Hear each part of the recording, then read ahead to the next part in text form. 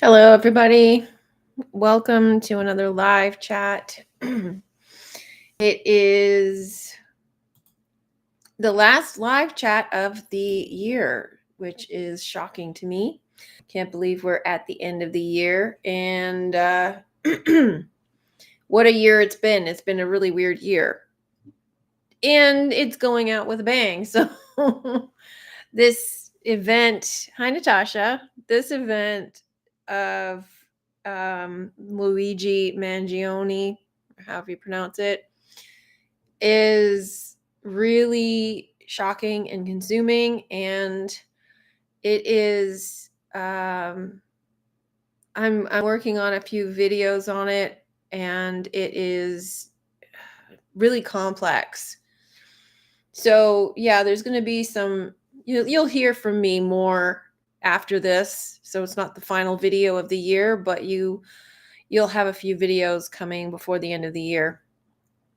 But this is the last live chat of the year. So I wanted to talk about the end of the year, going back as much as we can remember, to reminisce over the span of the year, and just discuss things that have happened, not just in the news or anything, but movies and what's happened to you personally, revelations we've had. Hi, Sunsu.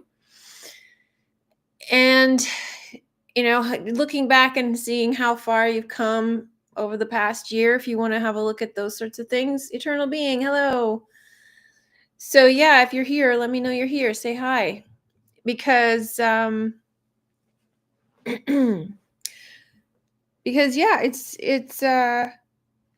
been quite a year, and next year is going to be, I think, even more memorable and more explosive, more weird. I mean, I think this Luigi case is probably the weirdest thing that I have ever seen in terms of these news stories. And the reaction is weird. The hype is weird. The focus is weird. The decode is, all of it is weird. And in a good way, like, it's exciting weird. I like it when things get weird here, because to me it shows the lunacy of this place. It exposes the lunacy. And hi, Rachel. And it needs to happen. So yeah, we were just discussing in the film discussion group in the membership today the movie Scrooged, and there's a lot of parallels between that and the Luigi situation, but also everything that's happening right now. Some of the things that I've been talking about recently to do with the masculine and the feminine and the patriarchy, and that was coming up in that movie, which I found interesting and kind of surprising because I didn't expect it to be there. Everything is so weird, entertaining though. Hi, Volment. Hi, Trixie. Good to see you all here. Yeah, everything is so weird, and it is entertaining. I'm enjoying the show. I'm finding it incredibly entertaining, especially this Luigi case. I think this is highly entertaining, and I think a lot of people are finding it entertaining.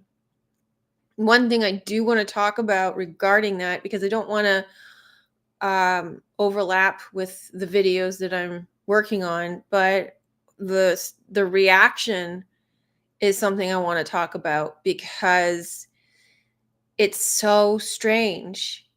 And I talk about it a little bit, but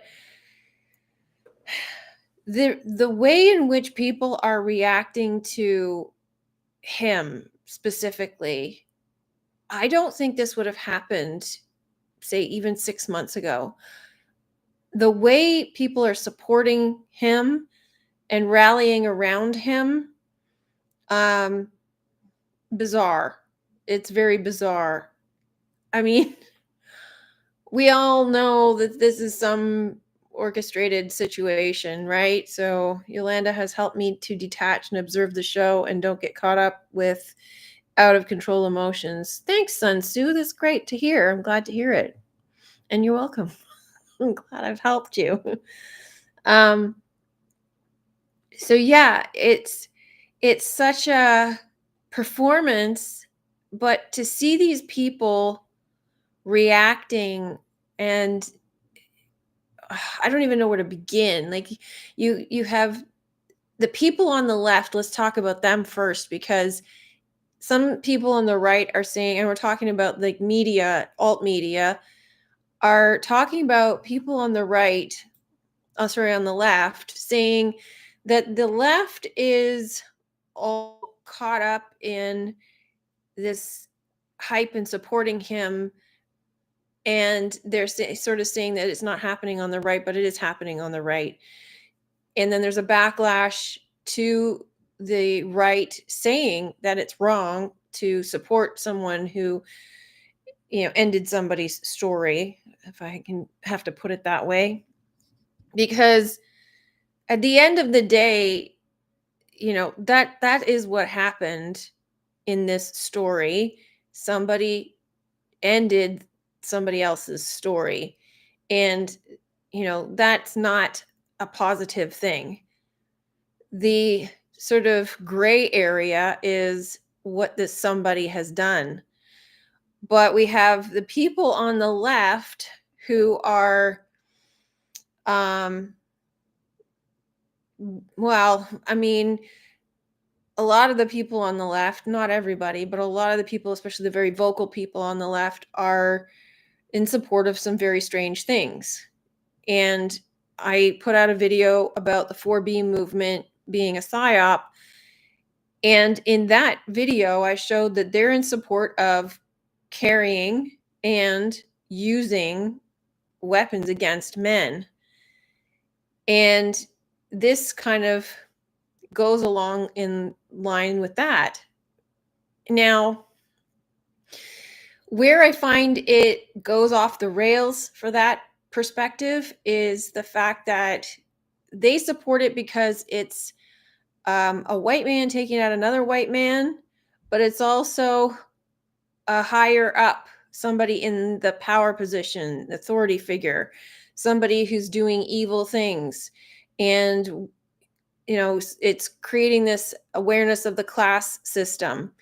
And so that's acceptable because we don't like to be oppressed by the upper classes, and that has to go. And what better way to deal with it than this way, which I don't agree with, but it's part of the story. This is why it's unfolding this way. So you've got, you know, you've got the left supporting it for those reasons, this sort of class divide. And I don't know if I can actually get all of this out, everything that's in my head. There's a lot here. But they're supporting it kind of goes against what they stand for, because they're also supporting the fact that everyone's fanning over him because he's hot. And they're kind of like, if you go looking in the category of the 4B decenter men movement, this is exactly the opposite of what they stand for. It's over a man who's attractive, who is demonstrating extreme masculine traits, like protecting, taking the law into his own hands, like extreme to the point of toxicity. So those are the things that they're against, and yet somehow now they're for it and they're supporting it. That doesn't make sense to me. And also the women who are supporting him because he's hot also doesn't make sense to me, because that's like extreme pick me mentality, is it not? So I'm finding it again, it's like the cognitive dissonance is kicking in with the contrary perspectives in the same camp with the same people saying two things out of their mouths at once. So like, can they not keep their stories straight anymore? So what is going on? And then you got the people on the right who are saying that it's all on the left, but it's not. So the people in the comments on the right of the alt media who are saying that this is wrong and you shouldn't be supporting it as a good thing, they're saying this, but they're kind of all being exposed as supporters of the elite because they're one of them. It's like, you didn't know this before? So it's like they're taking kind of a moralistic perspective and a moral stand saying that this is not the way to go about it. But end of the day, it actually had results. So you have these people who were from another insurance company. They were going to put a limit on how much time you could have coverage on anesthesia, which I find horrifying, that you would actually have to stop your operation in the middle, or you'd be charged a lot of money for additional anesthetic, or you would have to be taken out of anesthetic to continue. Like, how are you supposed to manage something like that? It's just horrifying to me that these people think this way. The whole system, the healthcare system, is messed up. It shouldn't be set up this way. It is, but it shouldn't be. And the American system in particular is horrifying to me. I'm in Canada, and I've heard Megyn Kelly criticize the Canadian healthcare system. I'm like, hello, why? Considering what your system is like versus, like, obviously you can afford really good healthcare because you make a lot of money. So to you, it probably doesn't matter. But to somebody who can't afford it, I don't understand why you'd even say that, because at least over here, we have a standard of care that is covered. And then you have an additional layer on top of that. You can get additional coverage. So I don't have any complaints about it. I don't particularly need it. So I'm not as vulnerable as many other people who have chronic illnesses or have had to deal with terminal illnesses or anything like that. And so in that instance, I would imagine it would be probably difficult in some instances. Like, I know there's long wait times, but that's because of doctor shortages, not because of healthcare coverage. So anyway, so the right is supportive, is against this rallying around Luigi. And the rallying, the reason they're against it is because they're, like I say, taking a moral stand and saying, well, you shouldn't be in support of ending somebody's story, period. That's not justified. And at the same time, we have this other guy who was acquitted of ending the story of a man named, what was his name?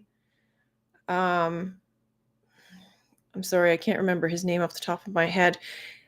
But the guy who was killed on the subway by accident by Penny, is it Daniel Penny? He was acquitted, and some people are heralding him as a hero, while others are saying that he's, that it's racist and all sorts of other stuff, which is kind of exposing BLM and their agendas. But like, it again, he was trying to protect people, and here he is facing some backlash from some people and then some hero worship from other people. So we got this like hero worship going on to the extreme with Luigi, to the point where it's kind of laughable. Like, it's really quite funny. Some of the things that are being said, and the memes, and the Luigi running, like, people are painting or posting images of Luigi from Super Mario Brothers carrying a flame, running around town. I mean, it's funny, and he's like, the two of them are being heralded as vigilante heroes, and like, it's sort of like a Bruce Wayne Batman situation. So, yeah, so the people who are on the right are getting backlash from their own viewers because they're saying that it's not morally acceptable to do that. It's not the way you go about it. But people are suffering big time due to the healthcare system, and they do think that it is actually justified. And there's backlash against those people. Um, I do have something more to say about it separately in the video, another video, but yeah, I find it odd. I do find it really, really odd and entertaining, amusing. Um, Coco, hello. I watched the movie. Heretic was pretty good. A lot on the right are not against it. Yeah. Yeah, I want to watch Heretic. I'm having trouble finding it though. I don't think it's out yet. So it is in the theaters though. Sun Tzu, don't forget to hit the like button. Thanks, Sun Tzu. Yeah, if you are here, hit the like button so you remember. The whole assassination is Assassin's Creed, the game series, the hoodie and all that. Is it? Okay. I don't play video games. I'm not up with what's going on there. But I appreciate the insider info because there's a lot of references to a lot of different things with this story that are clues and sort of I guess inside jokes or inside clues, I guess you would call them. But yeah, like again with the assassinations that like there was, two attempts on Trump's life and now this. So uh it's very strange. Let me just change this to live chat. Make sure I get everybody. Hello, widow's son. The news cycle is teaching the leftists about corruption. This news cycle. Well, that's good because they need to know. And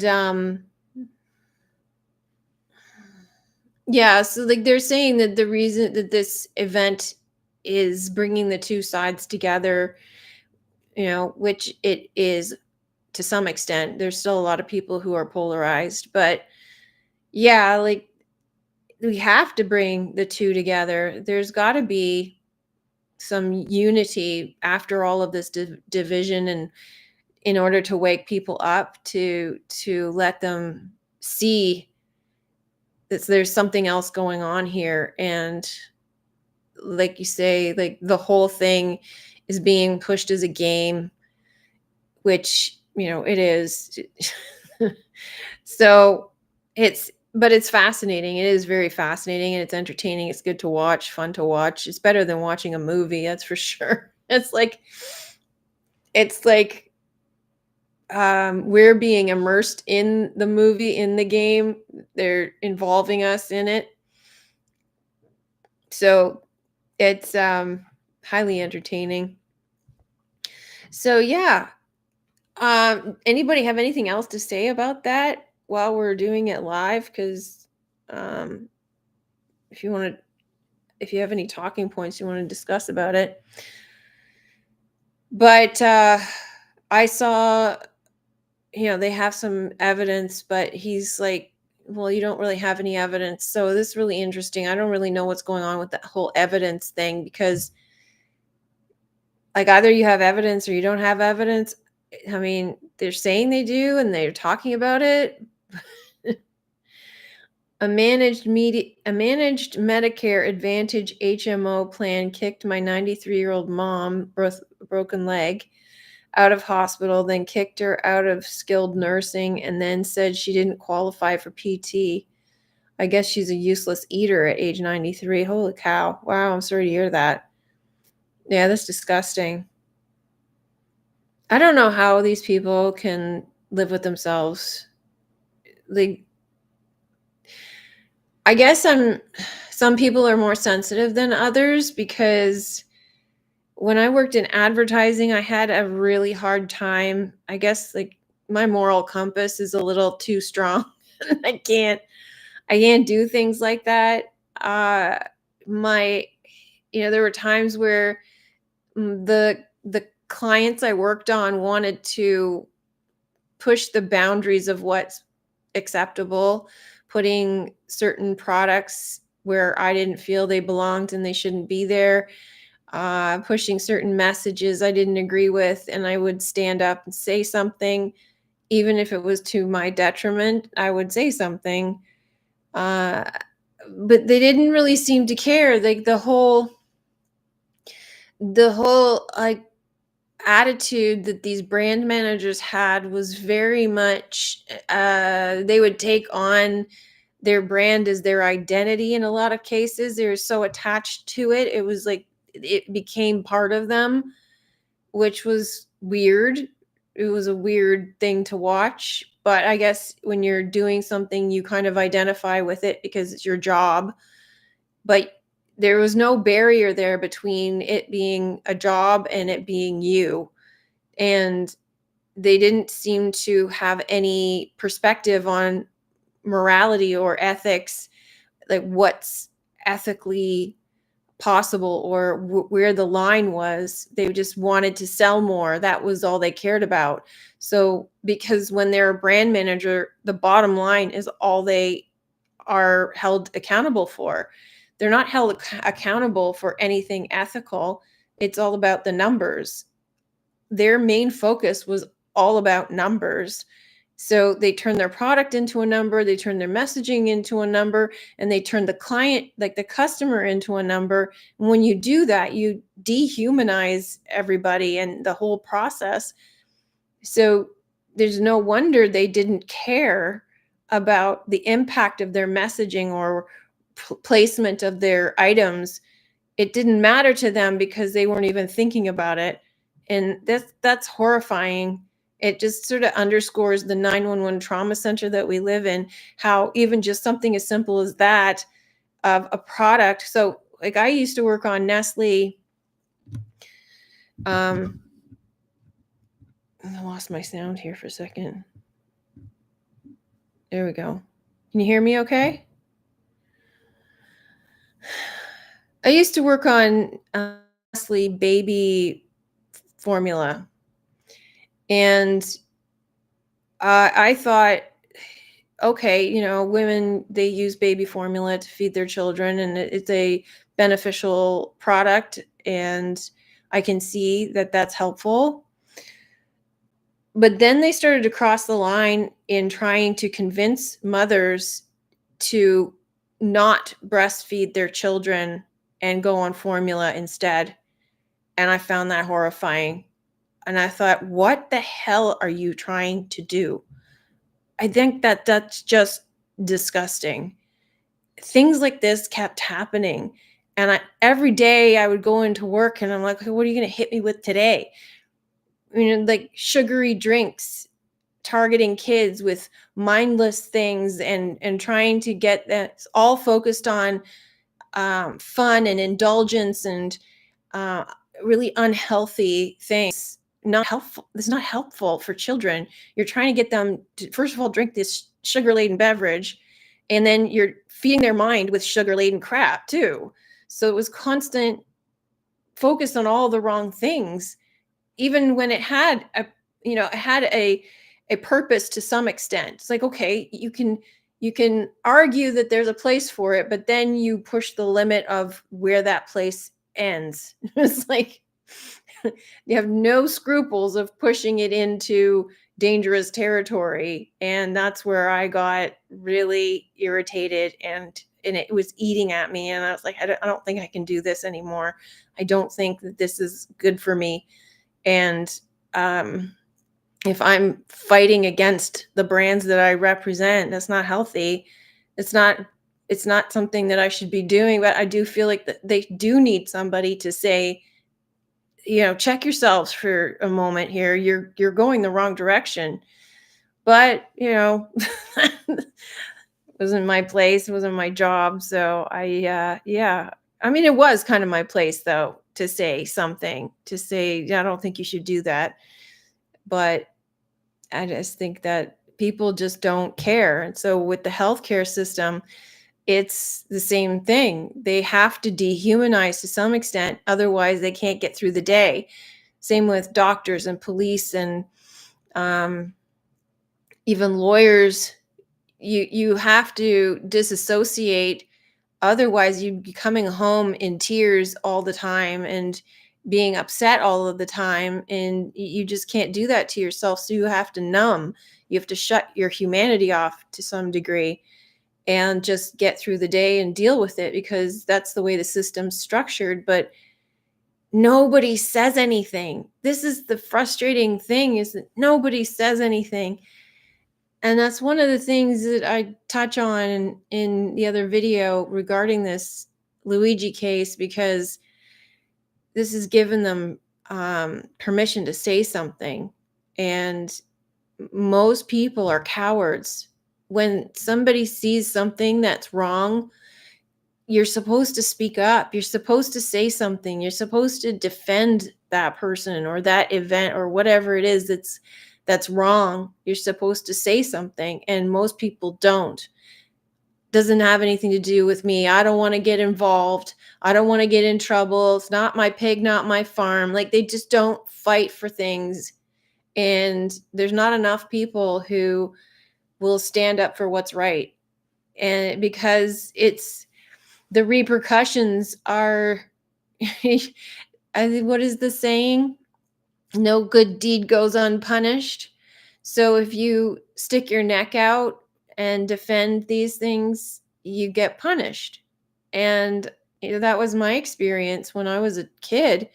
I used to open my mouth and speak up and say that's not right, and then I'd get punished. And it's like, well, why am I getting punished if I'm speaking the truth? Why am I getting punished if I'm telling you that it's wrong? Like, you just don't want to be told that it's wrong by a kid, but it is wrong. It's just like, why was the world like this? And I, for a long time, didn't understand why it was like that. Didn't shut me up, though. I didn't stop speaking out. I didn't like to be the one who spoke out because most people didn't. But the more you speak out, the more you get used to it, and the less you care about other people saying something against it. You just do it because you know it's right. You do it because you can. And in my case, I think a lot of times I do it because I can't help myself. I can't. I'm just built that way. I can't not say something. And I'm learning to keep my mouth shut in certain circumstances where it's not beneficial to my well-being. But if the stakes are low, I'll keep my mouth shut. But when the stakes are high and it really matters, I'll say something. But a lot of people, um, there's more and more people who are now because of 2020. A lot of people have started to find their courage to speak out and started to say something about certain things, and we need it. But yeah, it's for a long time, a lot of people would not say anything, and still a lot of people won't say anything. Yeah, Sun Tzu, it's about money and greed. It's all about the numbers. These corporations, they just don't care about people, which is kind of what Scrooged was about. Great movie, by the way, if you want to watch a movie that's worth decoding, is Scrooged. Really good, especially for the holidays. So yeah, well, there's that. There's the whole healthcare thing, and I think this whole event is bringing out all of these horror stories of how people have been treated through the healthcare system, and it's just one after the other, absolutely horrific. Another thing that's coming out that I noticed, I don't know if you saw this, but I don't want to talk about it too much. But this young girl on OnlyFans, she did this 100 men in a day challenge for herself, which is shocking. I don't know how horrifies me more, her doing that and filming it, or the fact that there were men who lined up and paid her to do it, or the fact that she has a platform where people watch this and pay for it and find it entertaining. Like, what is wrong with humanity? Why is this a thing? Why is it a thing that people are entertained by this? That they're entertained by it to such an extent that they're addicted to it. They're paying, these women are making tens of millions of dollars every year online doing this stuff. And what is it doing to them? What is it doing to their psyche? What is it doing to their soul and their hearts? Like, how is it? This young woman, she was in tears afterwards. She didn't think that it would affect her that much, but then she went on to raise the limit and tried to do something else. Like, it's like she didn't even consider stopping. Why, if you're making $4 million a month doing something on OnlyFans, why do you keep going? Greed, again, money. Her mother is finance manager, pimp. Wow. Oh my God. That's shocking that the mother is not only aware of what she's doing and supportive, but she's supportive to the extent that she's managing her finances. Wow. We This society is so broken. It's so broken. We have people cheering on uh, someone who ended someone's story because the healthcare system is so corrupt, and they've suffered personally, and they see this person as a serial story ender. And then we have people who are so corrupt and perverted that they're addicted to these sites where women are having, and I'm sure there's men on there too, but I haven't heard about them, but women are having in engagement with multiple partners in a row in one day to entertain people. And this is what people spend their money on. And I mean, why? Like, I'm kind of horrified by the stuff that people focus on and people consume, like things that they do to fill their time. Um, like some people who will spend hours trolling in the comments, hours trying to tear people down just for an ego boost. It's so childish. It's such a waste of their time and the time of the person that they're trolling.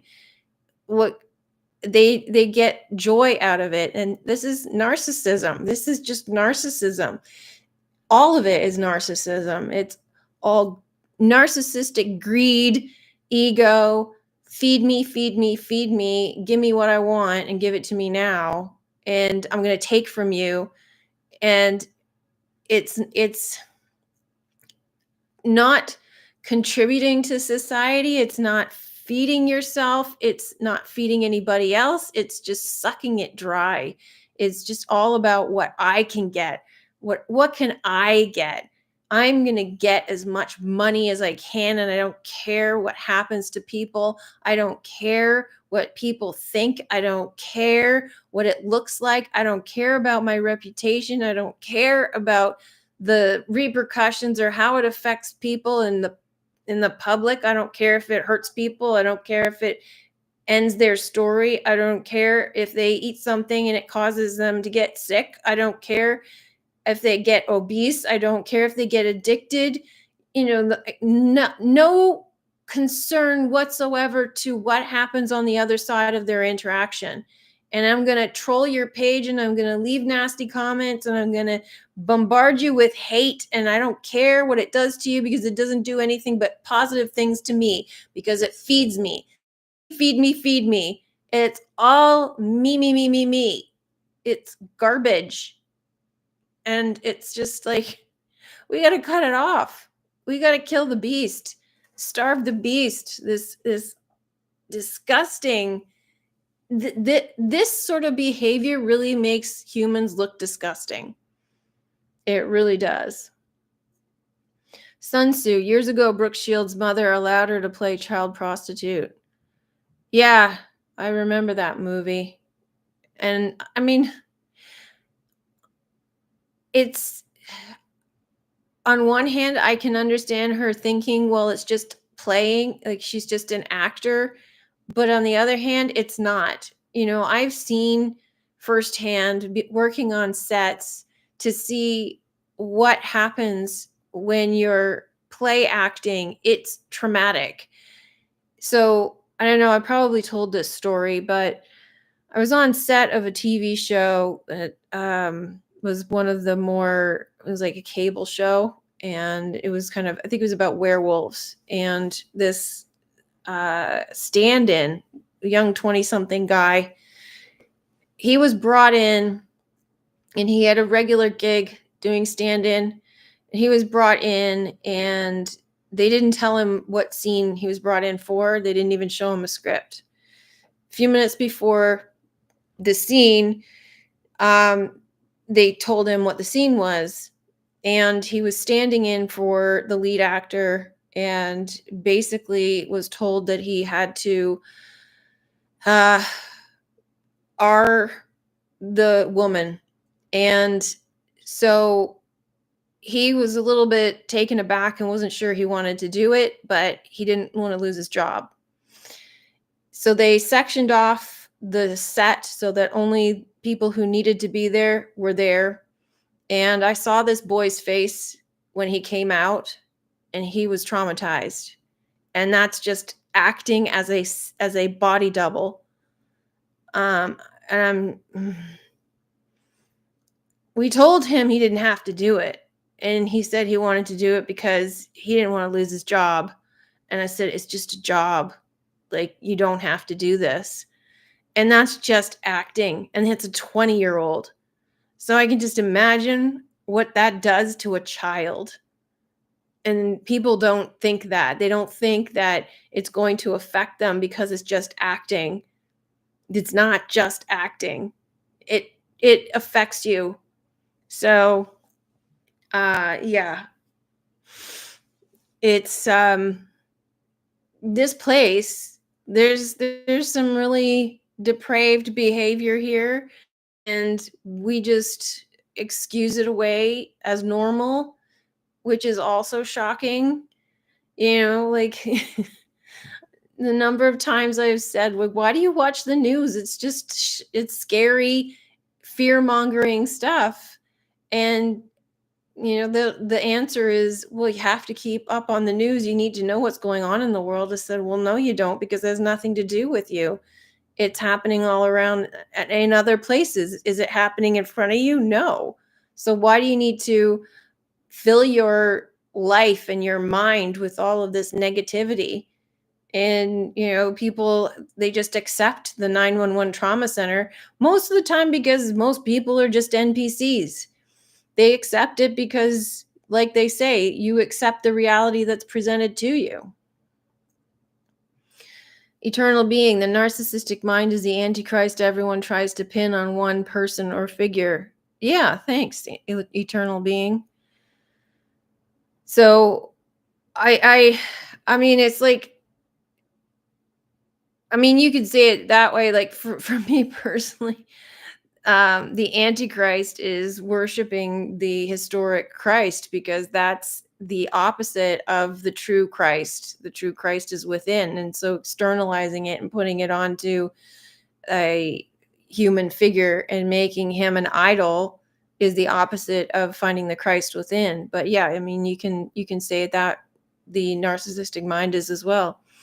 Sun Tzu, for me, the Shields incidents is child exploitation and greed on the mother's part. Oh, totally. Totally.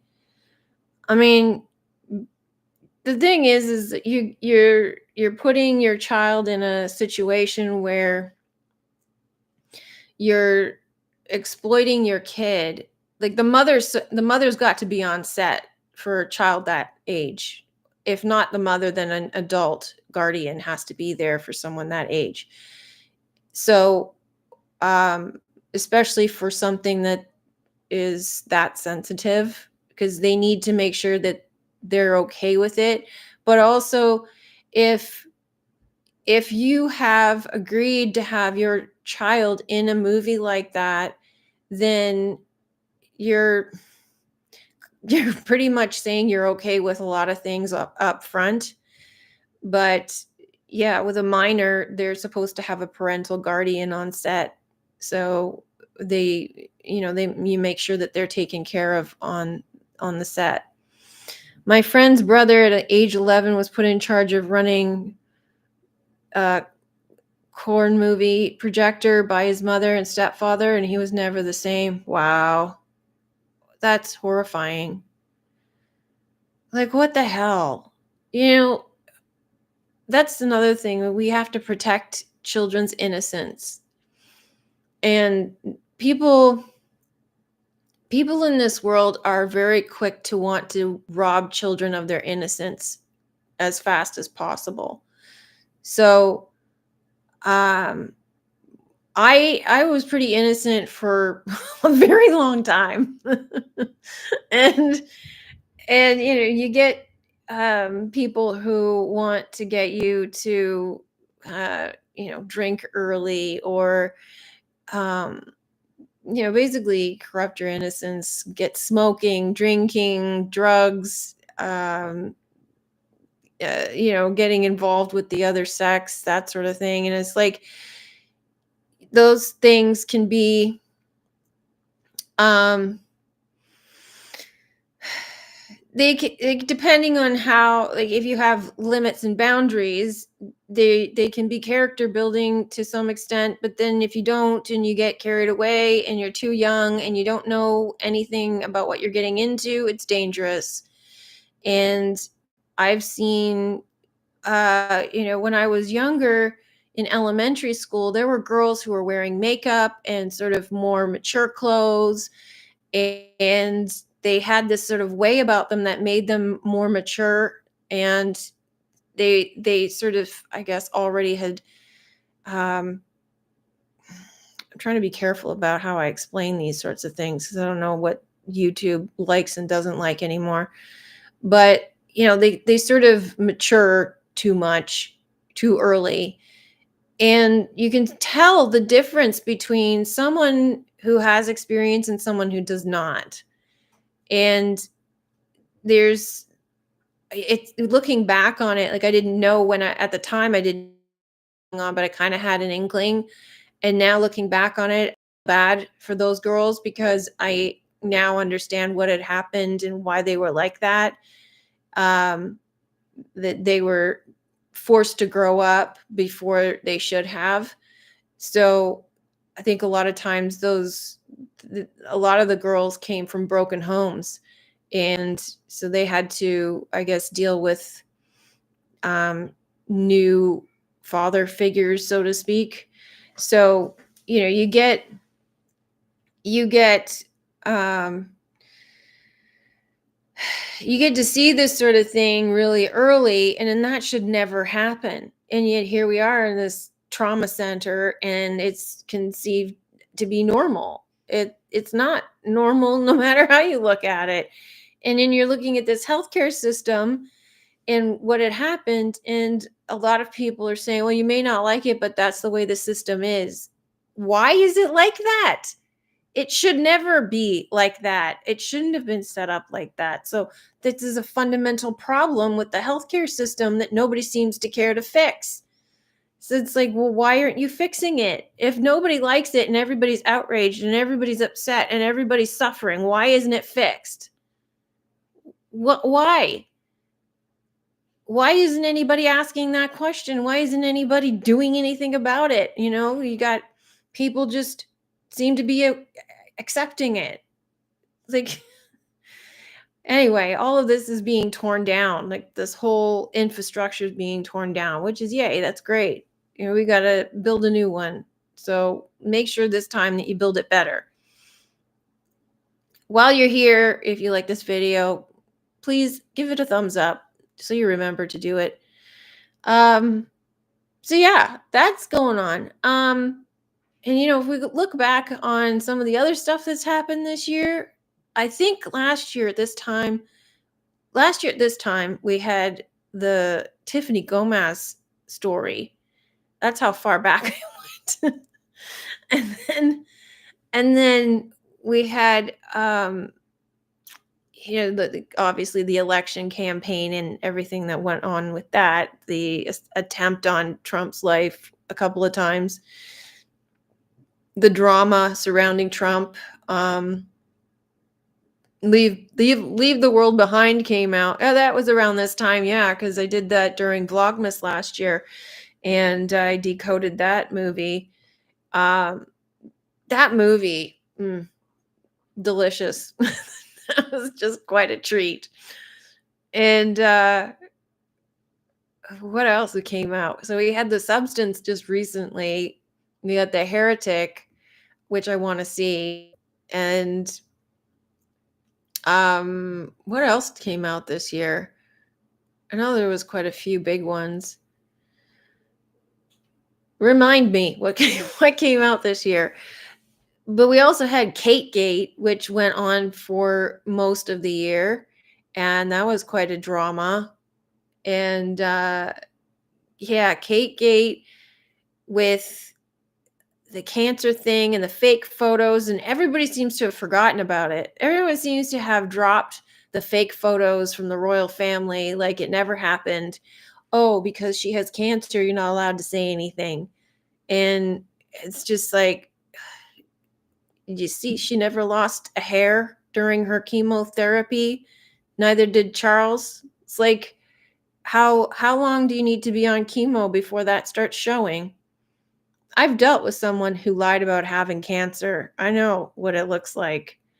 And so I don't know. Maybe that's going on, I think. But can I say that? I don't know. Probably not. This year we have the drone thing. Yeah, we got drones, we got UFOs. We've had people talking about UFOs for quite some time this year. And the Southport event, planes falling out of the sky, ships getting sucked under the water. Oh, we had 1899 and Manifest. Well, at least we watched those in my Discord group. Like they're probably older, but we watched them, and so that was part of my story anyway. And what was the other thing? Oh, there was a shooting at the Georgia high school. And wasn't there something else that was pretty big? I can't remember now. But yeah, we've got the drone thing. Um, I'm not up to speed on the drone thing because I've been all too consumed with the Luigi thing. So fill me in on the drone thing if you know something, because what I know about it is it's essentially New Jersey, right? And they have spotted multiple drones, and now they're saying that it's coming from a mothership, allegedly. But the government is saying they don't know anything, but they're saying at the same time that there's no danger. So how can you say you don't know anything, but there's no danger? Either you've looked into it to determine there's no danger, or you don't know anything. So how do you get to the conclusion that there's no danger without looking into it and determining that? So yeah, like the whole UFO drone thing is weird. Monkeypox, that kind of came and went, didn't it? Yeah. Yeah. I was kind of surprised that that turned out to be a nothing burger, but yeah, there's still people wearing masks. There's still people who are caught up in all of that. There's there's still a lot happening in CV terms. They keep trying to resurrect it. They keep trying to bring it up. Oh, and then we had quite a few celebrities die, didn't we? Um, I can't remember any off the top of my head. And apparently there's supposed to be a bunch leaving America, but that remains to be seen.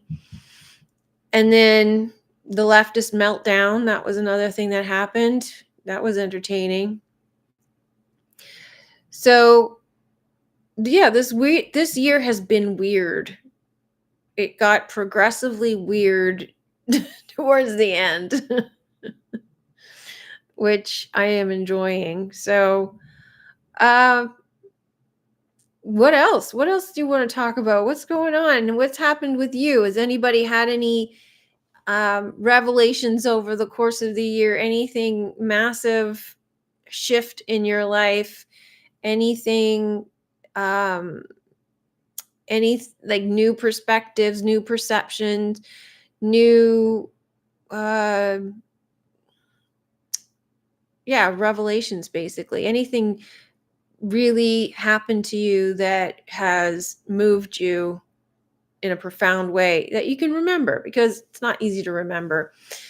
But I mean, I've had massive shifts in consciousness, massive shifts in my perception.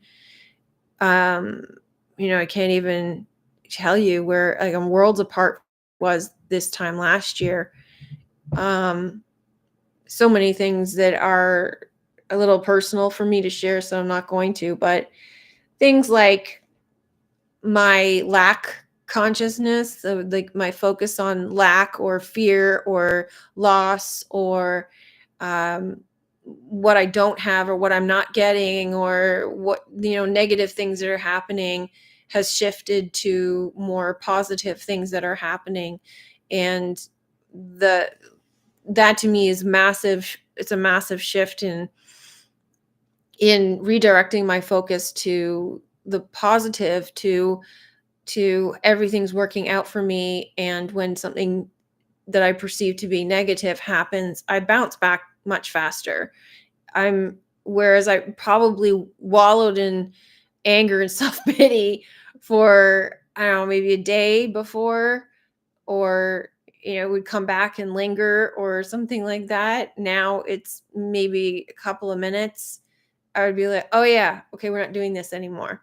So that is massive, and hopefully one day it never even happens. I just don't even acknowledge the negative. It's just like, "Oh yeah, okay. That's great. Awesome." Even though it normally would have been something that I would have perceived as negative before. So that was uh that was a huge shift for me. And levels of awareness, things like, oh yeah, we had Argyle and Manifest. Those two for me, back to back, were revelations in remembering certain things about myself and my story, and my other half, and that sort of thing. So uh yeah, there's some really powerful breakthroughs there. um Getting into the God mode or God zone and challenging myself over the past year. A lot of things like healing my inner child, and healing certain wounds from childhood that I didn't even know were there, that were dominating my story. That was really powerful. So yeah, some massive, massive shifts. This year went by fast. Better not blink in 2025 or I might miss it. Yeah, that's true, Natasha, for sure. And I mean, as fast as this year went by, when I think about it, like, a lot happened. And I really was trying to focus more on enjoying it, even though I don't know about you, but I feel, as much as I have been focusing, I guess, since 2008, when I first came across The Power of Now, Eckhart Tolle, I've been, very deliberately focused on the present moment and trying to stay present and appreciating the present moment. It is so hard to change that focus to, if you've been conditioned to take things for granted, or not, like, sort of disregard the present in hopes for a better future. And I made a podcast about this some time ago too, is negating the present moment and looking to the future to save you. So you think that the future is always going to be better than now, and the future is never better than now, because the future doesn't exist. The future is now. And trying to train your brain to get out of that habit is very really, it can be tough. I'm not gonna say it is because it could be easy for some people.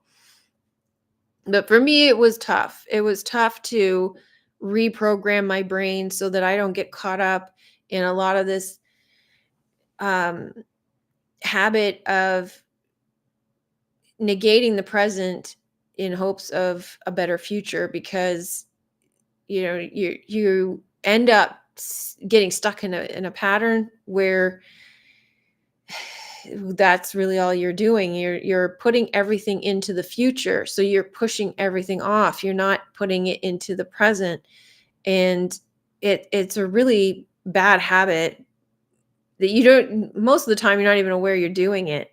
So that's something that I've been working on constantly, and I've gotten much better at it, and in appreciating the present moment and appreciating what I have now, and um trying not to put everything into the future, and trying not to say, when this happens I'll do this. No, I'm doing it now.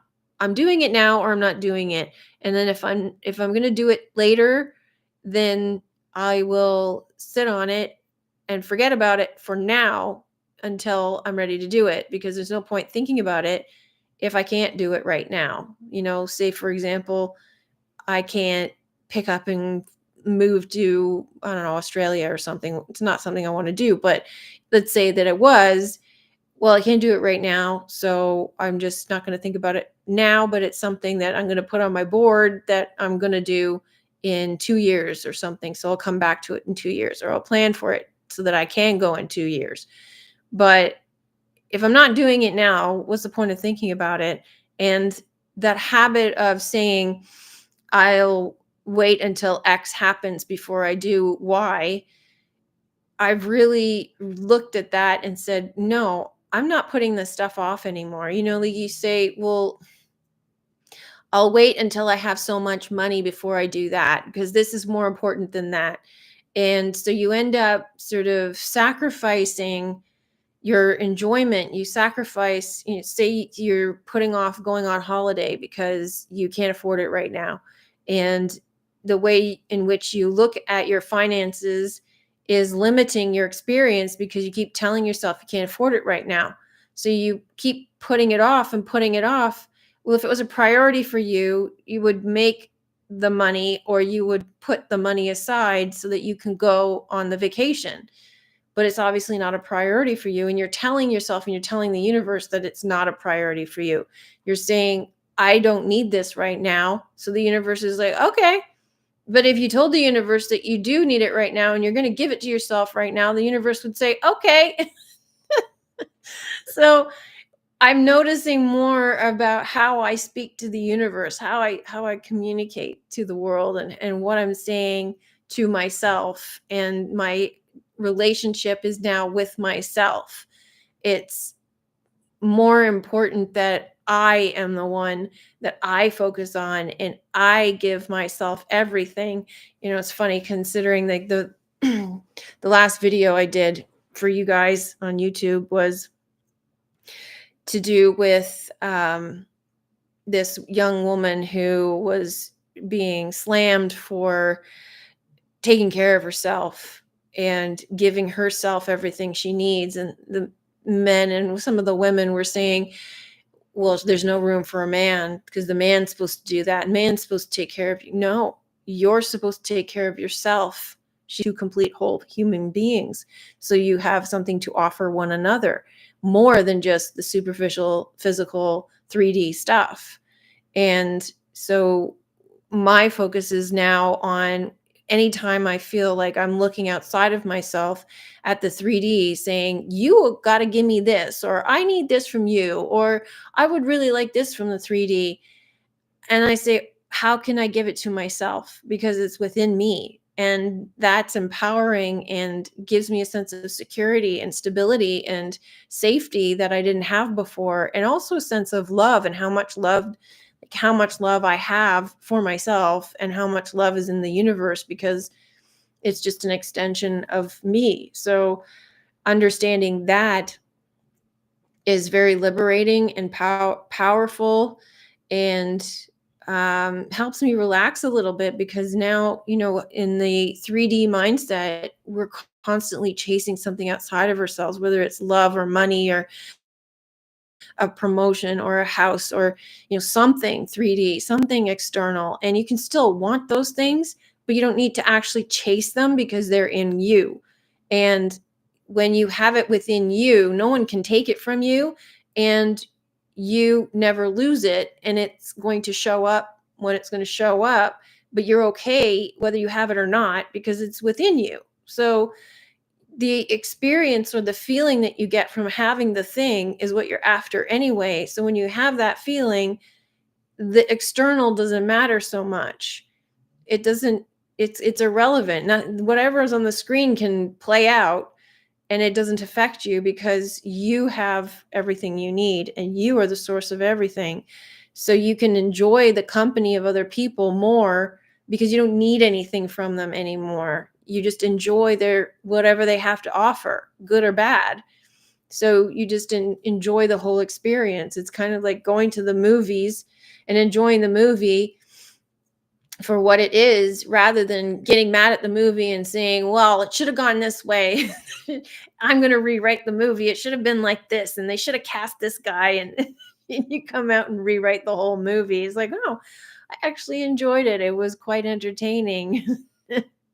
So that's where I'm at the moment, and it's something that I've felt for my whole life. This feeling that I just want to feel, that sort of feeling of being at home, being when you're a kid and your parents take care of you and you have no worries in life and all you do is go out and play and everything's taken care of for you. You don't have to worry about going to a job or do like getting money or groceries or clothes or anything. Like everything's provided for you. You're taken care of. It's that sort of feeling I think that we're chasing in the 3D when we grow up. We just want to feel that security again because all of a sudden it's gone and you have to fend for yourself. So you're scared all of the time. You're scared because you have to keep getting from the 3D and you don't feel like you're catching up. So you got this fear, and that fear gets projected outward, which creates the trauma center. And speeds everything up. It's all external focus. It's all ego. It's all me, me, me.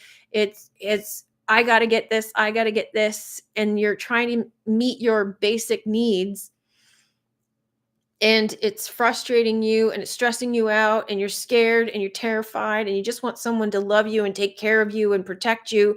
And you're not getting it because you're trying to get it outside of you. So now you can finally let go of all of that because you realize it's within you and you realize that you are the one who gives it to yourself internally, and nobody can take it from you because you're the source of all things. So that power is pure gold. So yeah. All right, so everybody's very quiet today. So, any final comments before I wrap this up? Anything like you want to mention? This is the last live stream of the year. I'm going to be returning January 12th. I think that's the Sunday. If not, it's going to be that week. I think it's the Sunday. And I will post a note in the community notes to remind you, but people don't read them. But yeah, so I wanted to thank you all for supporting me, coming back to the live chats, participating in the chats, and for your support, especially for the members, for your support. Thank you very much. Couldn't do this without you, and not just financially, but emotionally and psychologically. I couldn't keep going if there wasn't anybody here. And even getting to know you all and the time I get to spend with you and get to know you better in the Discord and in the film discussion groups, from your comments and emails. And and the live chat on Sundays um, really means a lot to me. It means a lot to me to know you're here. It means a lot to me to get to know you better and know where you're at, and see your evolution and your the things that you learn and the things that you share. So thank you very much for being here this year, and I look forward to more next year. For those of you who don't know, I have a membership program, and there's 4 levels of membership, and a free level that has a few videos in it that will help you orient to the membership system, the website, and an app and Discord. And you can participate in a film discussion group every week. That's going to be on hiatus until the 12th as well, but there's archived episodes going back, I think, 6 months or so. And it's an incredible learning opportunity for you to get your hands on decoding yourself with guidance from myself as well as other people, other members. And my regular participants have come a long, long way in learning how to decode and also applying it to their own life and learning how to see through the veil and recognize who they are and their purpose in life, and decoding the one story and seeing how it is in everything. So there's some really advanced participants, and um so yeah, there's some really advanced participants in there, and even the people who have just been watching the archived episodes have been messaging me and saying how much it has helped them. So yeah, thanks, Natasha. Hit the like button if you haven't already. So yeah, there's that. And then I'm going to be releasing a program that's complementary to my membership, which is a decoding series of courses that are geared towards how the membership is structured so that it tailors to your membership level, or and you can take it separate from the membership if you like, but it complements the membership so you benefit because of the videos and the content that's in there. And it will help you accelerate your learning, help you accelerate your ascension, your awakening process. There's nothing more powerful than decoding that accelerates your awakening process. It is so powerful. It truly is the most powerful thing. And my members who participate, Natasha's in the film discussion group, and they've testified to how powerful it is for them. And so I've got a couple of testimonials. There's a testimonial page on my website too. You can see testimonials from people who have learned from my videos and learned from my programs and everything that I had to share and how it's helped them. And yeah, so all of that's going on. And if you want to accelerate your ascension process, learn how to decode, get access to all of my weekly videos, membership is the way to go to support this channel, to keep me going, to keep this information coming. There's going to be a lot of new truthers coming. And so there's going to be people who are, not up to speed as much as you guys. And so if you're looking for somewhere where you are with like-minded people, this is a place to be, and get to know other people who are at your level, who understand what's going on at this level, and have that intimate environment, and share your experiences and learn from each other. So it's truly a safe haven and a positive environment, and really one of a kind experience. So I highly recommend it, even though I know it's mine, but I wouldn't recommend it if it wasn't mine.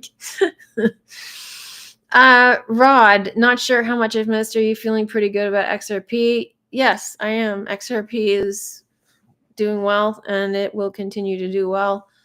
XRP is the new system, so that's starting to show results now. And once Trump is in power, I think a lot of the things that we've been sitting on, waiting on for XRP, are going to start to unfold, and the price will go higher.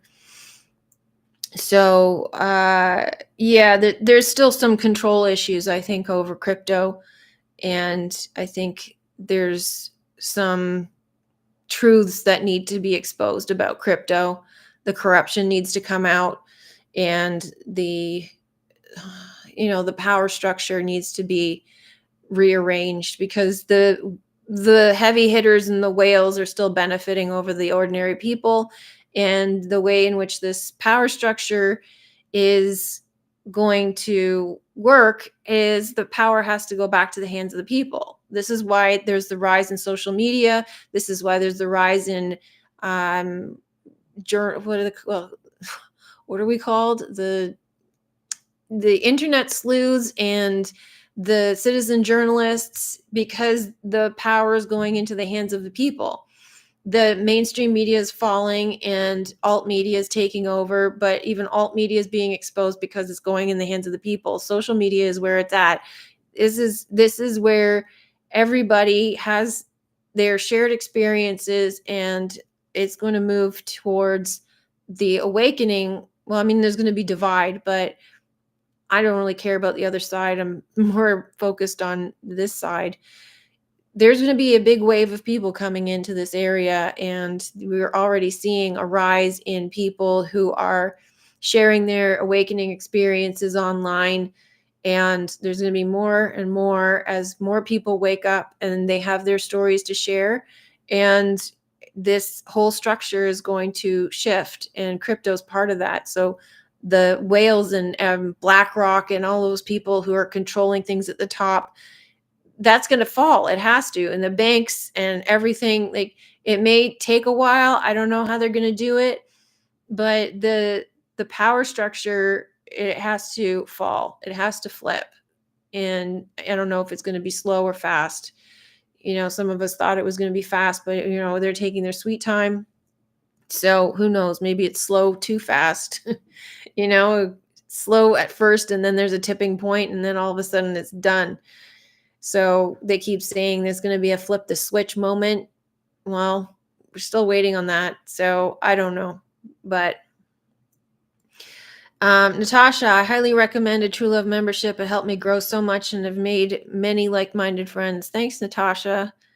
Yeah, I mean, the messages I get from my members are just mind-blowing. Like, sometimes I hear from my members and I'm just so touched that to hear how much they've grown and how much they've learned, and certain videos have really opened their perception to see so much more. And it's life changing. I mean, that's what we're here for, right? Like, the whole awakening process, we want to make sure that we finish the story. We want to make sure that we get to the end of the puzzle. You don't want to have to come back. I mean, if you do, you can come back. It's okay. It's all right. But yeah, it just, to me, is like the most beneficial thing, even on my end, learning from all of you. It's the most beneficial thing. And so it's just like a concentrated experience. So if you're interested in membership, there's a link in the description box. It's truelove.com/membership, and the O is a 0. So I hope to see you over there. And yeah, I want to say Merry Christmas. Have a wonderful holiday. Enjoy yourselves, but not too much. Be safe and come home here in the new year, and we can carry on where we left off, and you can share your stories from your holiday. And I hope that it is wonderful. I hope you have a great time, and thank you very much for spending this time with me and everybody else. Have a good day. Bye, everybody, and Happy New Year.